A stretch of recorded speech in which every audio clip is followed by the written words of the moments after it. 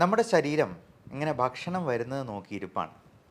ഭക്ഷണം വന്നു കഴിഞ്ഞ് ഉടനെ തന്നെ അവനെ ഉരുക്കി അത്യാവശ്യത്തിന് മാത്രം ഊർജം എടുത്തിട്ട് ബാക്കിയെല്ലാം ഫാറ്റായിട്ട് സ്റ്റോർ ചെയ്യുക എന്നുള്ളതാണ് നമ്മുടെ ബോഡിയുടെ ഒരു ആറ്റിറ്റ്യൂഡ് തന്നെ.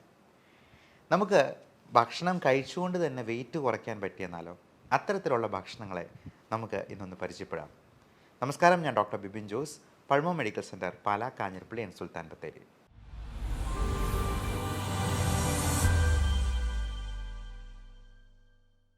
ചില തരത്തിലുള്ള ഭക്ഷണങ്ങളുണ്ട്. അത് ചെല്ലുമ്പോഴത്തേക്കും ശരീരം വിചാരിക്കും, ഓ, ഈ ഭക്ഷണം എല്ലാം കൂടി ദഹിപ്പിക്കുമ്പോഴത്തേക്കും ഒരു 100 കാലറി എങ്കിലും എൻ്റെ കയ്യിൽ നിന്ന് ചിലവാകും. എന്നാൽ അതിൽ നിന്ന് കിട്ടുന്നതോ വെറും 10 കാലറി. അങ്ങനെയുള്ള ഭക്ഷണങ്ങളിൽ ചിലതാണ്. അതിൽ ഏറ്റവും അഗ്രഗണ്യൻ ചക്കയാണ്, ചക്കപ്പുഴുക്ക്. നമ്മൾ ഈ ചോറ് കഴിക്കുന്നതിന് പകരം കപ്പ, ചേന, ചേമ്പ് പോലുള്ള സാധനങ്ങൾ കഴിക്കുന്നതിന് പകരം ഈ ചപ്പാത്തിയോ പൊറോട്ടയോ ഒക്കെ കഴിക്കുന്നതിന് പകരം ചക്കപ്പുഴുക്ക് ഒന്ന് കഴിച്ചു നോക്കൂ.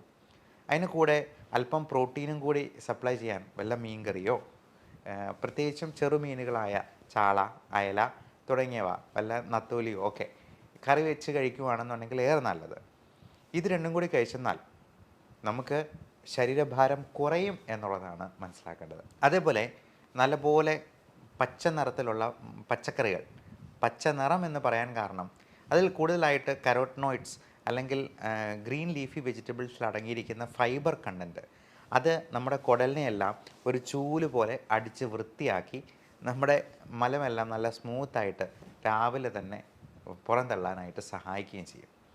അപ്പോൾ ഈ ഗ്രീൻ ലീഫി വെജിറ്റബിൾസും അധികം മധുരമില്ലാത്ത പഴങ്ങളും ഒത്തിരി മധുരമുള്ള ഫ്രക്ടോസ് കണ്ടൻ്റുള്ള ഫ്രൂട്ട്സ് പലപ്പോഴും നമുക്ക് കൂടുതൽ കാലറി പ്രദാനം ചെയ്യും. അപ്പോൾ നമ്മൾ കഴിക്കുന്ന ഓരോന്നിലും കൃത്യമായിട്ടുള്ള കാലറി എത്രയുണ്ട് എന്നുള്ളത് നോക്കി മനസ്സിലാക്കി അത് നോട്ട് ചെയ്ത് വയ്ക്കുക. ഈയിടെ ആടുജീവിതത്തിന് വേണ്ടി പൃഥ്വിരാജ് 31 കിലോ വെയിറ്റ് കുറച്ചു എന്നാണ് പറയപ്പെടുന്നത്.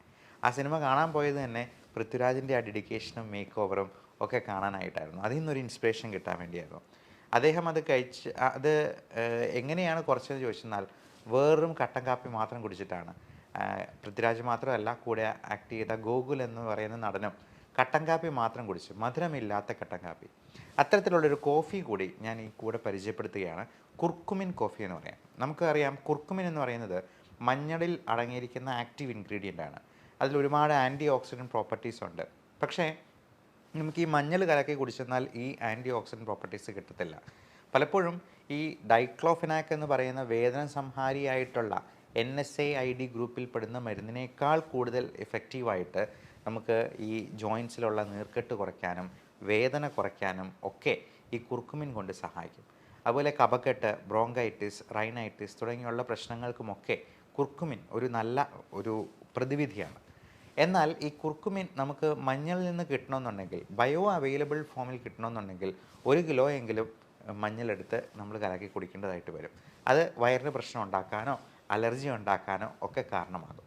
പകരം ഈ കുർക്കുമിൻ എന്നുള്ളത് ഏറ്റവും നല്ല ഗ്രീൻ കോഫി എക്സ്ട്രാക്റ്റുമായിട്ട് അതിൻ്റെ ആ ഒരു നാനോ മോളിക്യൂളുമായിട്ട് കമ്പൈൻ ചെയ്ത് കുർഫി എന്ന പേരിൽ നമുക്കിപ്പോൾ അവൈലബിൾ ആണ്. ഞാൻ കുർഫി എല്ലാ ദിവസവും രാവിലെ തന്നെ 2 കപ്പെങ്കിലും കുടിക്കാറുണ്ട്.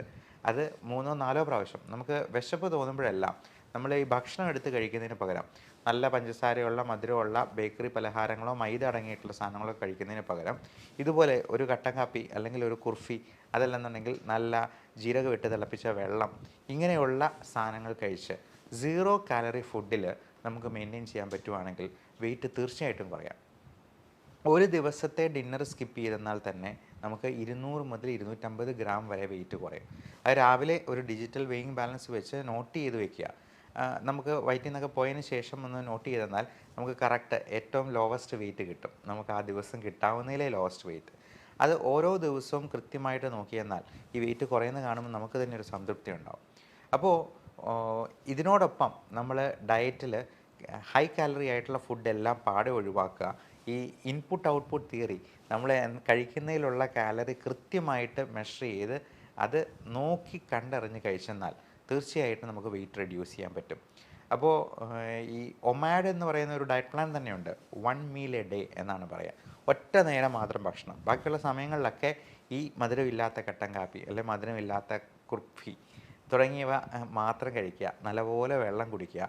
ഇനി കുക്കുംബർ പോലുള്ള 0 കാലറി ഫ്രൂട്ട്സ് അല്ലെങ്കിൽ വെജിറ്റബിൾസ് ധാരാളമായിട്ട് കഴിക്കാം. നമ്മൾ ചില സാധനങ്ങളൊക്കെ മരുന്ന് പോലെ കഴിക്കേണ്ട സാധനങ്ങളാണെന്ന് പറയും. നമുക്ക് ഇഷ്ടമുണ്ടായിട്ടല്ലല്ലോ നമ്മൾ മരുന്ന് കഴിക്കുന്നത്, അല്ലെ ഗുളിക വിഴുങ്ങുന്നത്.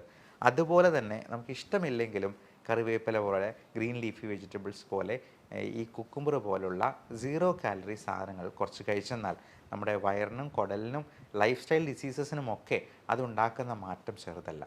ഇനി വെയിറ്റ് കുറയ്ക്കാനായിട്ട് സഹായിക്കുന്ന പലതരത്തിലുള്ള മരുന്നുകളും ഇന്ന് അവൈലബിൾ ആണ്. പ്രത്യേകിച്ചും ഷുഗറിന് കൊടുക്കുന്ന ഒരു മരുന്നാണ് മെറ്റ്ഫോമിൻ. അത് ഷുഗർ കുറച്ച് കളയുകയല്ല ചെയ്യുന്നത്. നമ്മൾ പലപ്പോഴും PCOD പോലുള്ള അസുഖങ്ങൾക്ക് പോലും മെറ്റ്ഫോമിൻ കൊടുക്കാറുണ്ട്. ഫാറ്റി ലിവറിന് മെറ്റ്ഫോമിൻ ഹെൽപ്ഫുള്ളാണ്. ആ ഇൻഫ്ലമേഷൻ കുറയ്ക്കാനും വെയിറ്റ് കുറയ്ക്കാനും ഈ ഫാറ്റി ലിവർ പോലുള്ള കണ്ടീഷൻസ് കുറയ്ക്കാനും ഈ മെറ്റ്ഫോമിൻ, പയോഗ്ലൂട്ടസോൺ പോലുള്ള ഡയബറ്റിക് മെഡിസിൻസ് കൊടുക്കാറുണ്ട്. അതുകൊണ്ട് ഷുഗർ കുറഞ്ഞു പോകുന്നൊരു പേടിയേ വേണ്ട. ഒരു ദിവസം 2000 മില്ലിഗ്രാം വരെ മെറ്റ്ഫോമിൻ നമുക്ക് ആരോഗ്യവാനായിട്ടുള്ള ഒരു മനുഷ്യന് കഴിക്കുന്നതിൽ ഒരു കുഴപ്പവുമില്ല. അതേപോലെ ആൽഫ സൈക്ലോഡെക്സ്ട്രിൻ എന്ന് പറയുന്ന ഫാറ്റ് ബേൺ ചെയ്യുന്ന ഈ പറഞ്ഞ ഫൈബർ കണ്ടൻറ്റ് കൂട്ടുന്ന രീതിയിലുള്ള, അത് ഗുളിക രൂപത്തിലുള്ള ഫൈബർ ആണെന്ന് തന്നെ പറയാം, ഇങ്ങനെയുള്ള മരുന്നുകൾ ആയിട്ട് ടാബ്ലറ്റ് ഫോമിൽ നമുക്ക് അവൈലബിൾ ആണ്. അതുപോലെ നമ്മുടെ കാലറീസ് ഒരുപാട് അബ്സോർബ് ചെയ്യാതെ ഈ കഴിക്കുന്ന ഫാറ്റിലുള്ള ഊർജം ഫാറ്റായിട്ട് തന്നെ അത് നമ്മുടെ മലത്തിലൂടെ പുറന്തള്ളുന്ന രീതിയിലുള്ള ഓർലിയോസ്റ്റാറ്റ് പോലുള്ള മരുന്നുകളും ഇന്ന് അലോപ്പതിയിൽ അവൈലബിൾ ആണ്. അത് ചെയ്യുന്നത് എന്താണെന്ന് വെച്ചെന്നാൽ കുടലിൽ നിന്ന് ഫാറ്റ് അബ്സോർബ് ചെയ്യുന്നത് തടയും. അതുകൊണ്ടുണ്ടാകുന്ന ഒരു ഗുണവും കൂടിയുണ്ട്. അതിൻ്റെ സൈഡ് ഇഫക്റ്റ് ആയിട്ട് വേണമെങ്കിൽ പറയാം, കുറച്ചുകൂടി ഫാറ്റി ആയിട്ടുള്ള സ്റ്റൂളായിരിക്കും, അതായത് ഓയിലി സ്റ്റൂളായിരിക്കും. അതുകൊണ്ട് ചിലപ്പോൾ ലൂസ് മോഷനായിട്ട് തോന്നിയേക്കാം. എന്നാലും ആ ഫാറ്റ് അബ്സോർബ് ചെയ്യാതെ പോകുന്നത് നമുക്ക് തന്നെ അത് അനുഭവിച്ചറിയാനായിട്ട് കഴിയും. ഈ ബേൺ ഫാറ്റ് പോലുള്ള ഈ ഓർലിയോസ്റ്റാറ്റ് പോലുള്ള മരുന്നുകൾ കഴിക്കുമ്പോഴത്തേക്കും നമുക്കത് നോട്ടീസ് ചെയ്യാവുന്നതാണ്. അപ്പോൾ ഇത്തരത്തിലുള്ള മരുന്നുകളെക്കുറിച്ചും നിങ്ങളെ ഡോക്ടറോട് ചോദിച്ച് മനസ്സിലാക്കുക. വെയിറ്റ് കൂടുന്നത് എല്ലാ തരത്തിലും ലൈഫ് സ്റ്റൈൽ ഡിസീസ് ഉണ്ടാകാനും, ഇന്ന് മാൽന്യൂട്രീഷൻ കൊണ്ടുണ്ടാകുന്നതിനേക്കാൾ പ്രശ്നം ഈ മോൾ ന്യൂട്രീഷൻ കൊണ്ട് ഉണ്ടാകുന്നു എന്നാണ് സരസമായി പറയാവുന്നത്. അതായത് കൂടുതൽ ന്യൂട്രീഷൻ കൊണ്ടാണ് ഇന്ന് അസുഖങ്ങൾ ഏറിയ പങ്കും ഉണ്ടാകുന്നത്. നമുക്ക് വെയിറ്റ് കുറയ്ക്കുന്നത് വഴി ഇത്തരത്തിലുള്ള അസുഖങ്ങളെയെല്ലാം പടിക്ക് പുറത്ത് നിർത്താനായിട്ട് ശീലിക്കാം. എല്ലാവർക്കും നല്ല ആരോഗ്യം ആശംസിക്കുന്നു. Love and regards, doctor Bibin Jose, pulmo medical centre, Pala, Kanjirappally, Sultan Bathery.